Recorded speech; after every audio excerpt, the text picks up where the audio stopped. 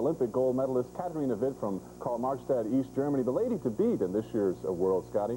And the American to beat is with us now live in Pasadena. It's Tiffany Chin. Tiffany, how you doing? Fine. Good. We're going to get a chance to see you skate in just a few moments, but we want to ask you a few questions first. First of all, you had a chance to see Katharina skate there at the World Championships, and she has been touted as the lady to beat. What type of pressure has been brought to bear on you as really our American hope?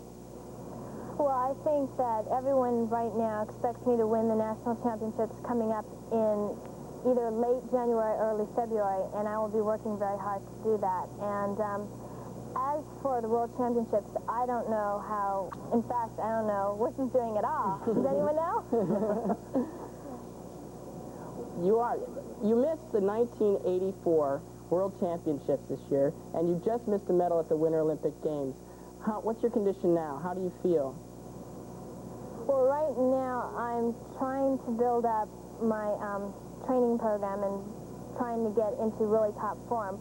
I've had kind of a late start this year. I was off the ice, and I really didn't get back training until August. And is it better now? Do you feel better? Is your injury, it was a stress fracture, I believe.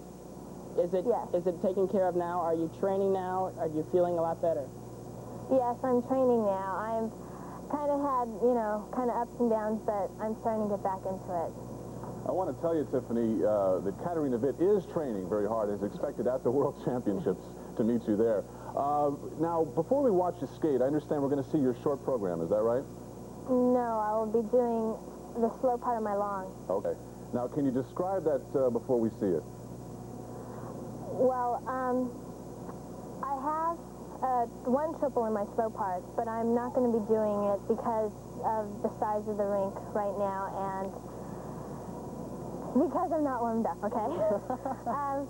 It's basically very slow, and I really like the music. Last year's slow part, my long, it was divided into two pieces, and this year it will be just one piece. Okay, well, you get our guys to take that microphone off here and get ready. We'll be back in just a moment to see Tiffany Chin skate. Stay with us.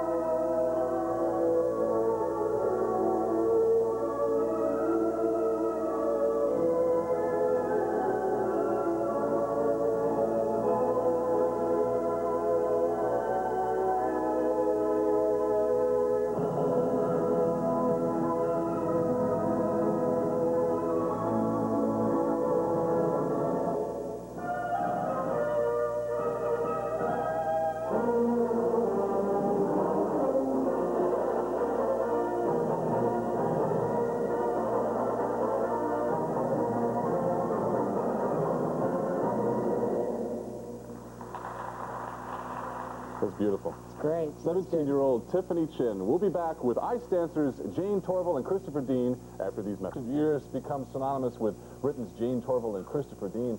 And Scotty, a lot of people want to know, what they've meant to the sport. They've really changed the sport, haven't they? Well, ice dance had kind of a shaky reputation for a long time as being a beauty contest, as not really being athletic, as being something that's more or less creative over technical.